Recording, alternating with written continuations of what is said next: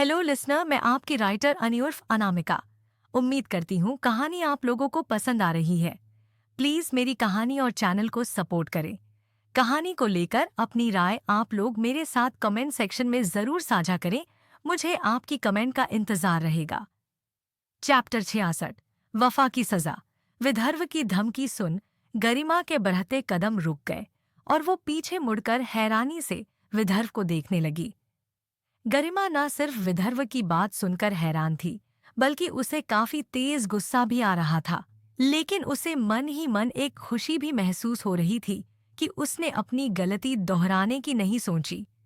उसने विदर्भ को मौका देने की नहीं सोची, और ये सोचकर ही गरिमा को एक चैन की सांस आए।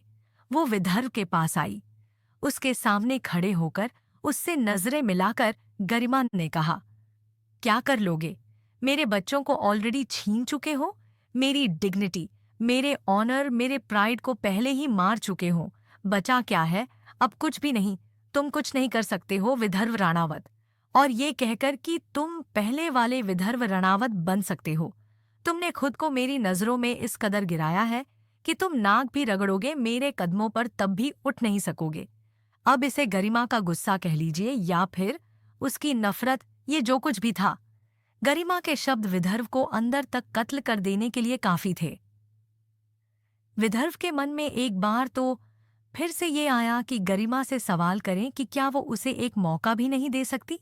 क्या वो उससे एक बार माफ नहीं कर सकती, ताकि वो अपनी गलतियों को सुधार सके? मगर वो आखिरकार विदर्भ राणावत था। कहीं ना कहीं विदर्भ ने भी अंदाजा लगा लिया था कि इस सवाल का गरिमा के सामने कोई मतलब नहीं है। गरिमा कहने से कोई भी बात सुनने या समझने वाली नहीं है। अब जरूरी यही है कि वो किसी भी तरह से गरिमा को अपने पास लाए और अपने शब्दों को सच करके दिखाएं। यही सब सोचते हुए विदर्भ ने गरिमा से कहा, तुम्हें ऐसा क्यों लगता है गरिमा कि मेरे पास अब और कुछ नहीं है तुम्हारे खिलाफ ही करने को? अभी मैं बहुत कुछ कर सकता हूँ, लेकिन मैं ये सब कुछ करना नहीं चाहता। तुम चाहो तो मैं तुम्हारी परछाई बनकर रह सकता हूँ। बस तुम्हारा साथ चाहता हूँ। मगर अगर तुम मेरी बात प्यार से नहीं मानी तो मुझे वक्त नहीं लगेगा फिर से वही विदर्भ राणावत बनकर तुम्हें तुम्हारी मर्जी के खिलाफ अपनी जिंदगी में लाने में। क्योंकि किसी और का तो मैं तुम्हें होने नहीं दूंगा, क्योंकि तुम सिर्फ और सिर्फ विदर्भ राणावत की हो सकती हो। तुम सिर्फ विदर्भ राणावत की ही हो। गरिमा के आंखों में नफरत थी, और उसी नफरत के साथ गरिमा ने विदर्भ की आंखों में देखकर कहा, जो मन में आए कर लो विदर्भ, मगर कुछ हासिल नहीं होगा। तुम उस वक्त गरिमा रक्षित को झुका सके कि उस वक्त गरिमा रक्षित के अंदर उस माँ ने दम नहीं तोड़ा था, मगर अब उस माँ ने सांसें लेना बंद कर दिया है। सबसे पहले तुमने धोखे का इस्तेमाल किया था, और फिर मेरी कमजोरी का। पर अब ना मैं तुम्हारे हाथों धोखा खाने वाली हूँ और ना ही अब मेरी कोई कमजोरी बची है। बात रही कि मैं किसकी हूँ, तो मैं सिर्फ खुद की हूँ। मेरी जिंदगी में कौन होगा कौन नहीं, मैं किसकी जिंदगी का हिस्सा बनूंगी और कौन मेरी जिंदगी में आएगा, ये मैं डिसाइड करूंगी, तुम नहीं। अपनी बात कहकर गरिमा मुड़ी और वहां से जैसे ही जाने को हुई, विदर्भ ने उससे कहा, तुम जहां भी अपनी नजरें करोगी मुझे ही पाऊंगी। और बात रही तुम्हारी कमजोरी की, माना कि मैंने तुम्हारी अंदर की माँ को बहुत चोट पहुंचाई है। उस लड़की को भी चोट पहुंचाई जिससे मैंने प्यार किया था। मगर आज भी तुम्हारे अंदर दोस्त जिंदा है, गरिमा। और अगर तुमने मेरी बात नहीं मानी तो इसका खामियाजा तुम्हारी दोस्ती को भुगतना होगा। इसका मतलब आचार्य कॉन्ग्लोमरेट को भुगतना होगा।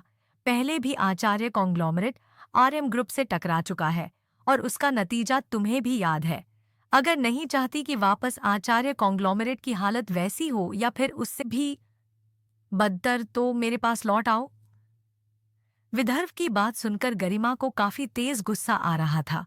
उसके बढ़ते कदम तो रुक ही चुके थे, मगर उसकी मुट्ठियां कस चुकी थी। गरिमा वापस विदर्भ की तरफ मुड़ी और उसने विदर्भ से कहा, अपनी सलामती चाहते हो विदर्भ, तो इस बार आचार्य कॉन्ग्लोमरेट की तरफ नजरें भी मत करना, क्योंकि इस बार तुम्हारा सामना खुद गरिमा रक्षित करेगी। और यकीन मानो, गरिमा रक्षक से टकराना तुम्हारे जैसे 10 विदर्भ राणावत की बस की बात भी नहीं। अगर अपनी सलामती चाहते हो तो आचार्य कॉन्ग्लोमरेट से दूर रहना, इतना दूर कि आचार्य कॉन्ग्लोमरेट का साया तक तुम पर ना पड़े, क्योंकि ऐसा हुआ तो उसका नतीजा भुगतने के लिए तुम्हें तैयार रहना होगा। उस वक्त भी आचार्य कॉन्ग्लोमरेट नहीं हारा था, उस वक्त मैं हारी थी। गरिमा का कॉन्फिडेंस विदर्भ को सोच में डालने के लिए काफी था, मगर वो हार नहीं मान सकता था। उसने तुरंत ही अपनी कार का दरवाजा खोला और एक फाइल गरिमा के आगे कर दी। गरिमा ने लापरवाही से उस फाइल को देखा और फिर कुछ सोचकर वो फाइल अपने हाथों में ले ली और उसे खोलकर पढ़ने लगी। एक पल को तो गरिमा के चेहरे का रंग बदल गया, लेकिन अगले ही पल उसने उस फाइल को बंद किया और फिर वो फाइल विदर्भ के मुंह पर मारते हुए गरिमा ने कहा, कोशिश अच्छी थी, पर जैसा कि मैंने कहा, सबसे पहले तो इसका कोई फायदा नहीं होने वाला। कुछ वक्त के लिए तुम आचार्य कॉन्ग्लोमरेट को डिस्टर्ब कर भी दो, लेकिन उसके बाद खुद गरिमा रक्षित आचार्य कॉन्ग्लोमरेट के लिए सामने आएगी और तब तुम्हें मुंह की खानी होगी। गरिमा ने विदर्भ को निशब्द कर दिया था और उसे समझ नहीं आ रहा था कि अब वो गरिमा की बातों का क्या जवाब दे। उन डॉक्यूमेंट्स ने आचार्य कॉन्ग्लोमरेट के शेयर डॉक्यूमेंट्स थे। वो डॉक्यूमेंट्स अगर बाहर आते तो ये बात तय थी कि आचार्य कॉन्ग्लोमरेट के शेयर बहुत ही तेजी से नीचे आना शुरू हो जाता और महज 15 दिन के अंदर ही आचार्य कॉन्ग्लोमरेट सड़क पर आ जाता। मगर गरिमा का ऐसा कॉन्फिडेंस देख विदर्भ कंफ्यूज हो गया। क्या है गरिमा के कॉन्फिडेंस का राज? आखिर ऐसी क्या गलती की है विदर्भ ने अतीत में? गरिमा कैसे करेगी विदर्भ का सामना? कहानी में आगे क्या हुआ जानने के लिए पढ़ें वफा की सजा। चैप्टर 67, वफा की सजा। गरिमा के कॉन्फिडेंस और उसकी जवाबदारी देख विदर्भ हैरान था। गरिमा ने विदर्भ को पूरी तरह निशब्द कर दिया था। विदर्भ को उसकी सोच में छोड़ गरिमा वहां से चली गई। गरिमा की जाने के बाद विदर्भ ने तेज हाथ अपनी कार की विंडो पर दे मारा, जिसकी वजह से उस पर हल्के हल्के क्रैक आ गए थे। गुस्से से विदर्भ ने खुद से ही कहा, क्यों गरिमा क्यों? क्या तुम मुझे एक मौका नहीं दे सकती? मैं मान रहा था कि गलती थी मेरी, मगर तुम्हें अपने अहम के आगे कुछ दिखाई क्यों नहीं दे रहा? तुम्हें मेरा प्यार क्यों नहीं दिखाई देता? मैं तुम्हें उस आदित्य के साथ नहीं रहने दे सकता। और इतनी हिम्मत आ गई तुम में कि तुम मुझसे इस तरह बात करो, मुझे धमकाओ? नहीं गरिमा, मैं तुम्हें ऐसा कभी कुछ नहीं करने दूंगा। तुम्हें वापस मेरे पास आना होगा, जिंदगी भर तुम्हें मेरा बनकर रहना होगा। विदर्भ के बोलने के लहजे में, उसकी आवाज में एक अलग ही जिद, जुनून और एक पागलपन सा था।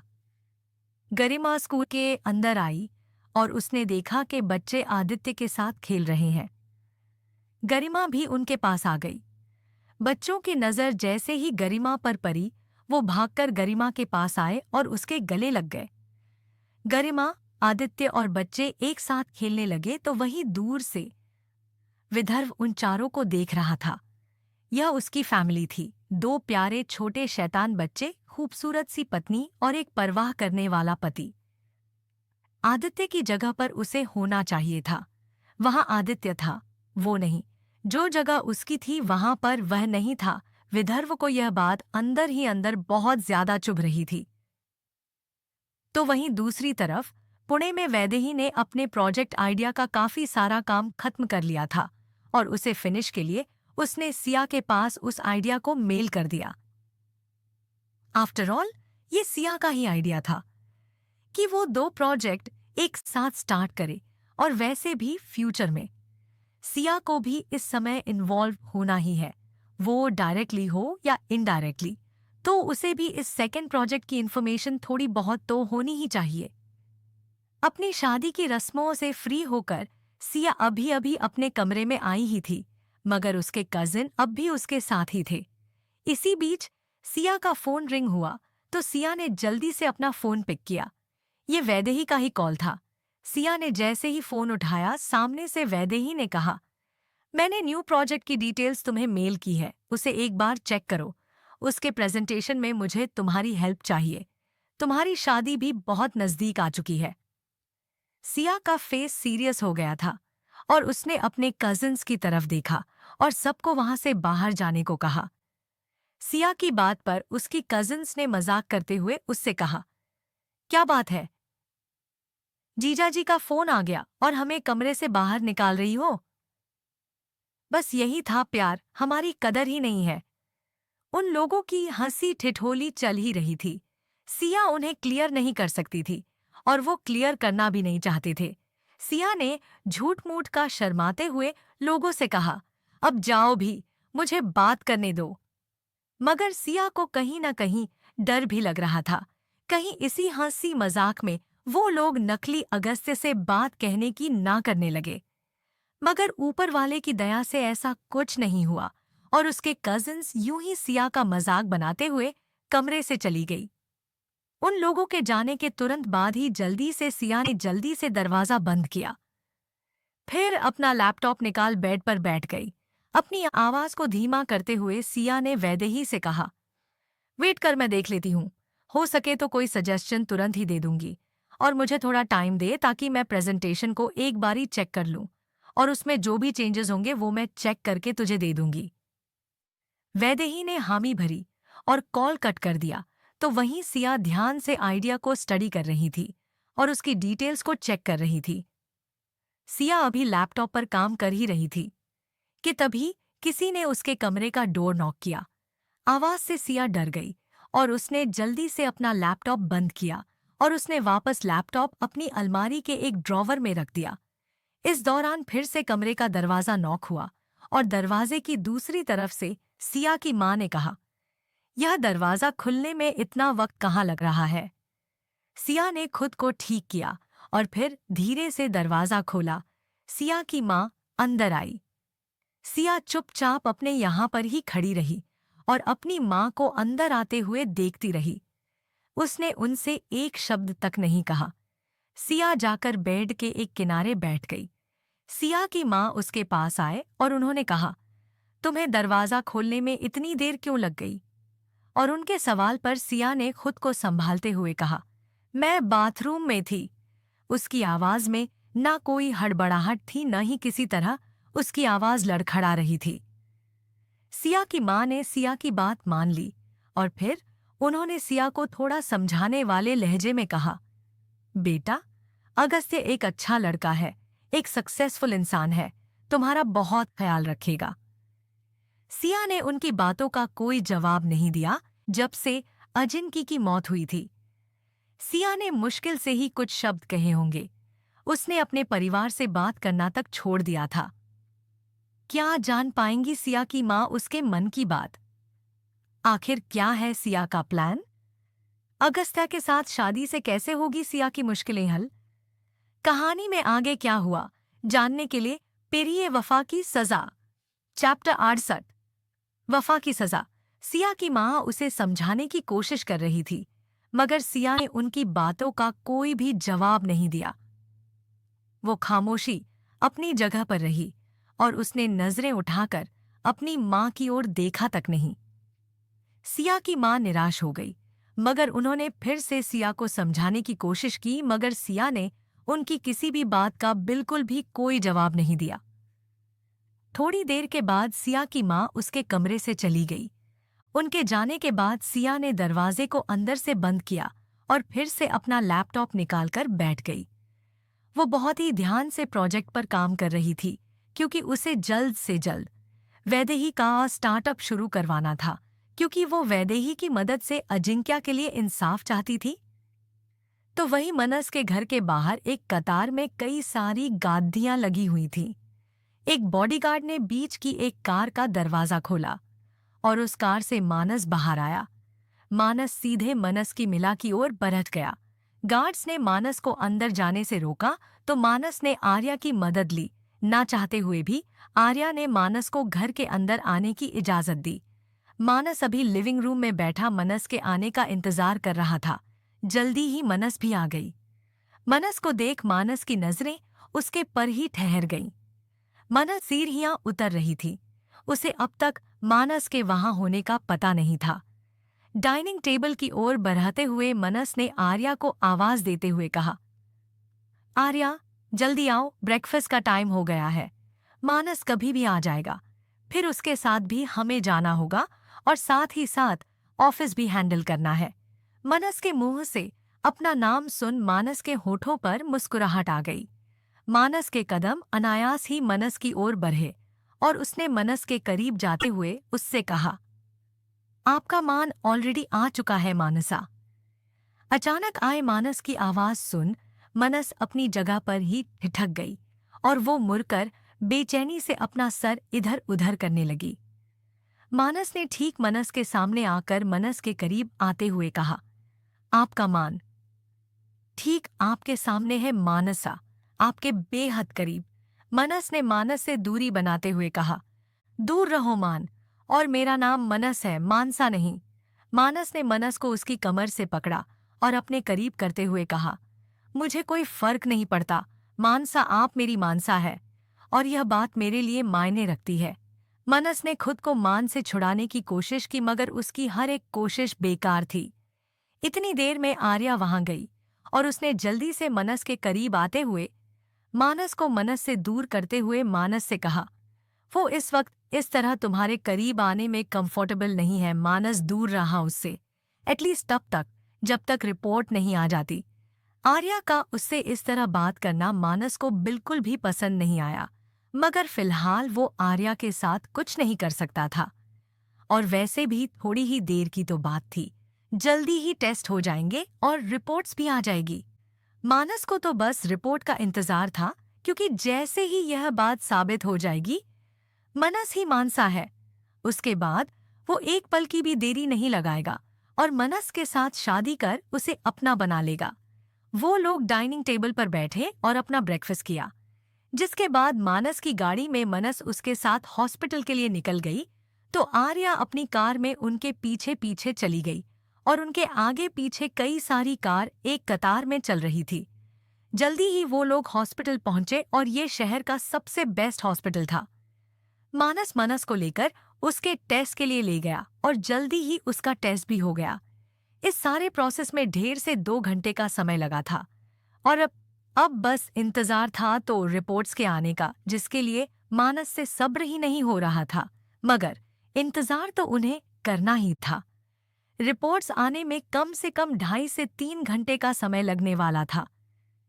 वो लोग वेटिंग रूम में बैठे रिपोर्ट्स के आने का इंतजार कर रहे थे, तो वहीं दूसरी तरफ अगस्त्या ने अपने आप को पूरी तरह से काम में झोंक दिया था। अगस्त्य इस वक्त अपने स्टडी रूम में बैठा हुआ था। उसने बहुत ही मुश्किल से शादी की रस्मों से अपना पीछा छुड़ाया था और कोई फिर से उसे उस रस्मों में ना इन्वॉल्व कर दे, इस वजह से वो अपना काम लेकर बैठ गया था। वो भी काम कर ही रहा था कि इतनी ही देर में कमरे का दरवाजा नॉक हुआ। अगस्त्य ने बिना दरवाजे की ओर देखे कम इन कह दिया। अगस्त्य की छोटी बहन सानवी कमरे के अंदर आई और उसने अगस्त्य का लैपटॉप बंद करते हुए उससे कहा, क्या भैया शादी की रस्में शुरू हो गईं और आप अब भी अपना काम लेकर बैठे हो? काहे को हमारी भाभी की लाइफ बर्बाद कर रहे हो? इससे अच्छा अपने लैपटॉप से ही शादी कर लो। सानवी की बात में हल्का सा तंज था। अगस्त्य ने उसे घूर कर देखा और कहा, हो गया या और कुछ भी कहना है? हो गया तो जाओ यहाँ से। अगस्त्य की बात पर मुंह बनाते हुए सानवी ने कहा, बेचारी मेरी भाभी, उनकी तो लाइफ झंड हो जानी है। कैसा अनरोमांटिक हस्बैंड मिलने वाला है। सानवी की ऐसी बातें सुन अगस्त्य का चेहरा सीरियस हो गया। कैसे बचेगी सानवी अगस्त्य के गुस्से से? क्या आने वाला है रिपोर्ट में? कौन बोल रहा है सच, मनस या मानस? कहानी में आगे क्या हुआ जानने के लिए पढ़िए वफा की सजा, चैप्टर 69, वफा की सजा। अगस्त्य अपने स्टडी रूम में बैठा ऑफिस का काम कर रहा था।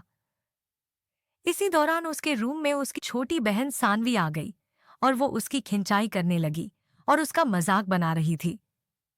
अगस्त्य सीरियस हो गया और वो सानवी की तरफ बढ़ाने लगा।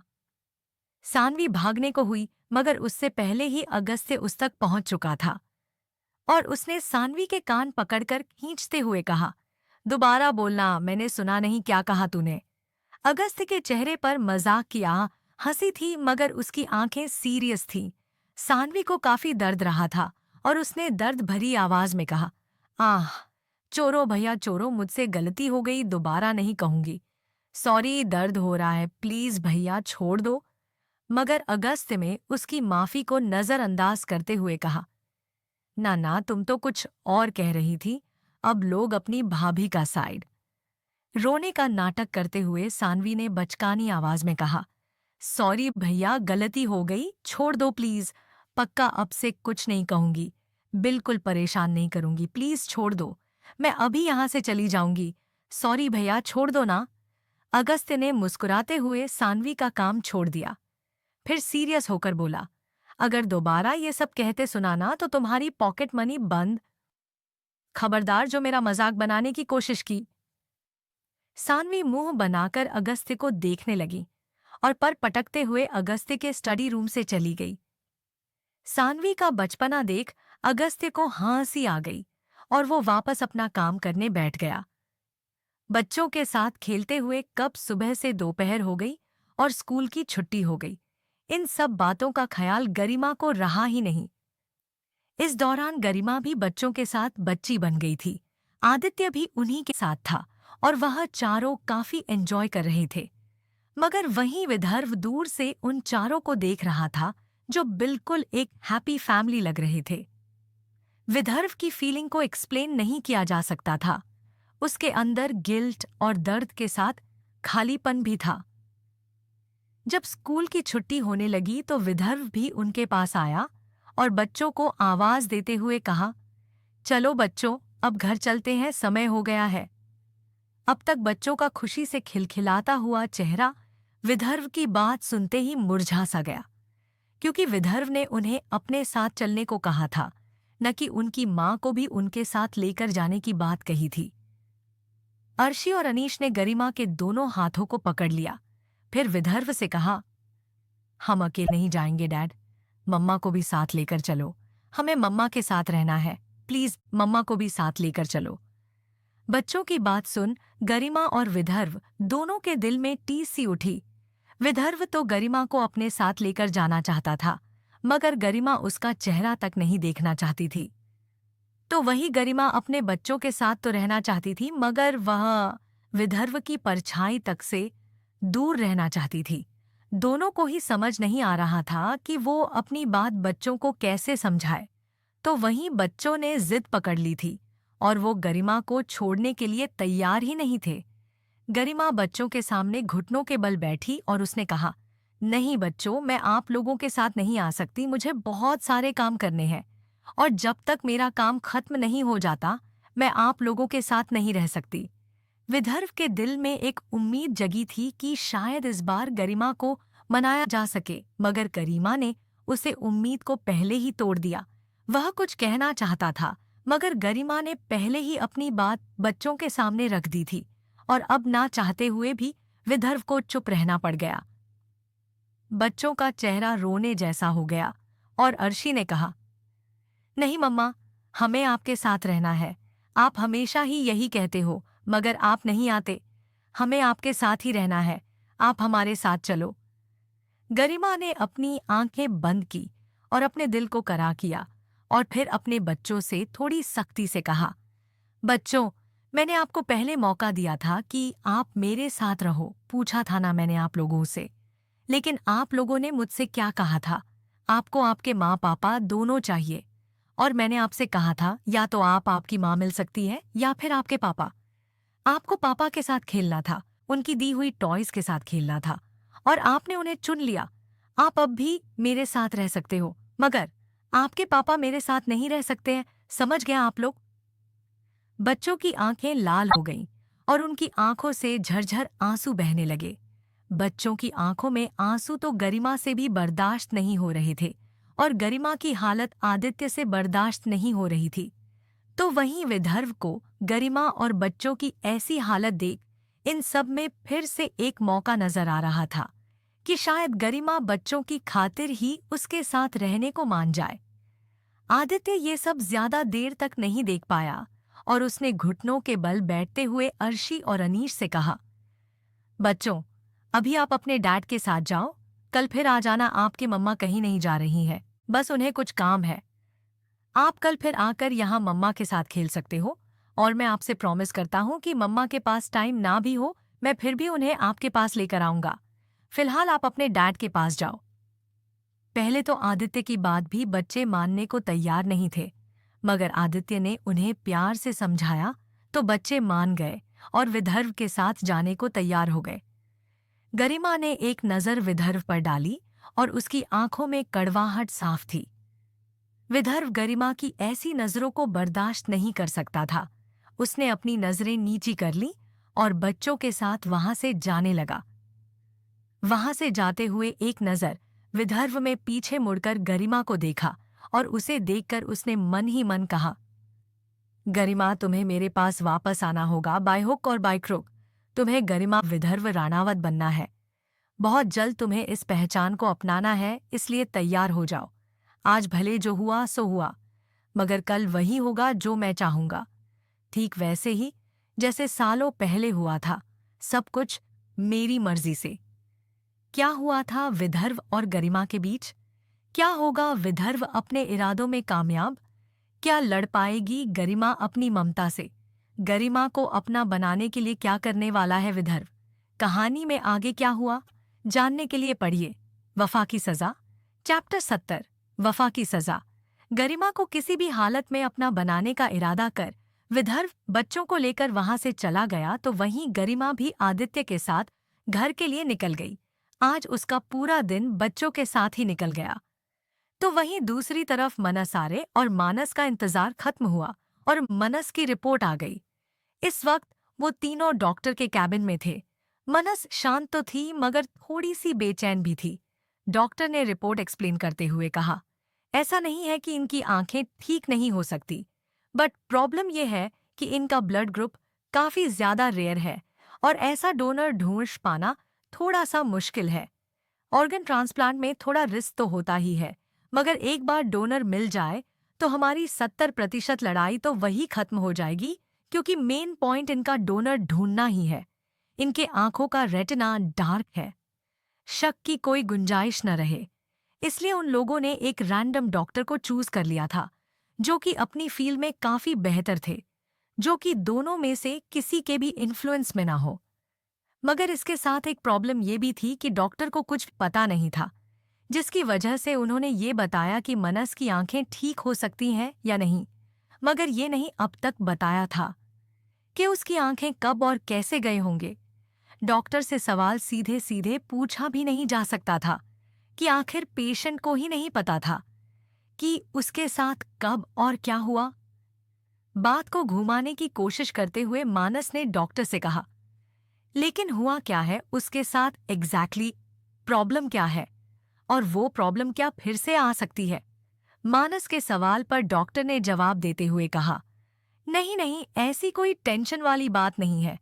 दरअसल शायद इनका कुछ वक्त पहले कोई एक्सीडेंट हुआ होगा, जिसके वजह से इनकी आंखों की कोई नस दब गई है, जिस वजह से इनके साथ यह हुआ है। अगर रेटिना का ट्रांसप्लांट किया जा सके तो ये फिर से पहले की तरह देख पाएंगी। मानस ने वो सुन लिया जो सुनना चाहता था। वो यही तो जानना चाहता था और उसे वो पता चल चुका था। मगर मनस के चेहरे का रंग उड़ गया। उसे अपने कानों पर यकीन ही नहीं हो रहा था कि डॉक्टर ये क्या कह रहे हैं। तो वही आर्या ने अपना सर झुका हुआ था। वो उनमें से किसी को भी देखने की हिम्मत नहीं कर पा रही थी, खास तौर से मनस को तो बिल्कुल भी नहीं। थोड़ी बहुत और बातों के बाद मानस मनस को लेकर कैबिन से बाहर आ गया। मनस को तो अपने कानों पर यकीन ही नहीं हो रहा था कि डॉक्टर ये बात कैसे बोल सकते हैं कि उसकी आंखें किसी एक्सीडेंट की वजह से गई हैं, जबकि वो बचपन से ही नहीं देख सकती। मगर बेवकूफ तो वो थी नहीं। उसे समझ में आ रहा था कि ये किसकी करतूत है, मगर उसे ये समझ नहीं आ रहा था कि उसने यह कैसे किया। तो वही आर्या बस चुपचाप उनके पीछे ही खड़ी थी। एक भी शब्द उसके कहने की हिम्मत ही नहीं हो रही थी, जैसे उसके गले में आवाज ही ना हो। आगे बढ़ाते हुए मनस के कदम लड़खड़ा रहे थे, तो मानस ने उसे अपनी बाहों में उठाया और अपने कार की ओर ले गया। मानस की इस हरकत पर मनस हैरान हुई और अपने ख्याल से बाहर आई और मानस के कंधे पर अपने हाथों से मारते हुए कहा, ये क्या कर रहे हो? मुझे नीचे उतारो। माना, मैं देख नहीं सकती। इसका मतलब ये नहीं कि तुम मुझे अपनी गोद में उठा लोगे। मुझे नीचे उतारो। मगर मनस की बातों को मानस ने पूरी तरह से नजरअंदाज कर दिया। आर्या उनके पीछे ही चल रही थी। मानस ने मनस को कार की पैसेंजर सीट पर बिठाया और दरवाजा बंद कर दिया। आर्या अब भी उनके पीछे थी और वो भी कार की ओर ही बढ़ रही थी। मानस ने आर्या का रास्ता रोक दिया और कहा, मुझे मनस के साथ अकेले जाना है, कोई और अरेंजमेंट कर लो। मनस कार के दरवाजे को खोलने की मशक्कत कर रही थी, मगर उसकी कोशिश नाकामयाब रही क्योंकि मानस दरवाजे से ही टिक कर खड़ा हुआ था और वो आर्या से इस वक्त बातें कर रहा था। आर्या अभी इस वक्त मनस का सामना नहीं करना चाहती थी, इसलिए उसने मानस की बात मान ली और वहां से चली गई। मानस ने ड्राइविंग सीट संभाली। उसके अंदर मिक्स फीलिंग चल रही थी। वो खुश भी था और गुस्से में भी। गुस्से में मनस ने कहा, मानस, ये क्या हरकत है? कार रोको, मुझे नहीं जाना तुम्हारे साथ। मानस ने उसकी एक न सुनी और बस कार ड्राइव करता रहा। काफी देर के बाद जब उनकी कार रुकी तब बिना कुछ कहे मानस दरवाजा खोल बाहर आया और उसने मनस के तरफ का दरवाजा भी खोलकर मनस को कार से बाहर निकाला। मनस मानस के साथ जाने को तैयार नहीं थी, जिस वजह से मान ने फिर से मनस को अपनी बाहों में उठा लिया। मनस बस मानस की बाहों में छटपटाने के अलावा कुछ नहीं कर पा रही थी, मगर इस वक्त मानस का चेहरा गुस्से में तमतमाया हुआ था और वो मनस की एक नहीं सुन रहा था। उस जगह के कुछ अंदर जाने के बाद मान ने मनस को अपनी गोद से नीचे उतारा और उसके हाथ में कुछ डॉक्यूमेंट्स देते हुए कहा, साइन इट। कौन से पेपर दिए हैं? मानस ने मनस को। क्या करेगी मनस उन पेपर्स पर साइन? कहाँ लेकर आया है मानस मनस को? क्या जवाब देगी मनस मानस के इस पागलपन का? कहानी में आगे क्या हुआ जानने के लिए पढ़िए वफा की सजा।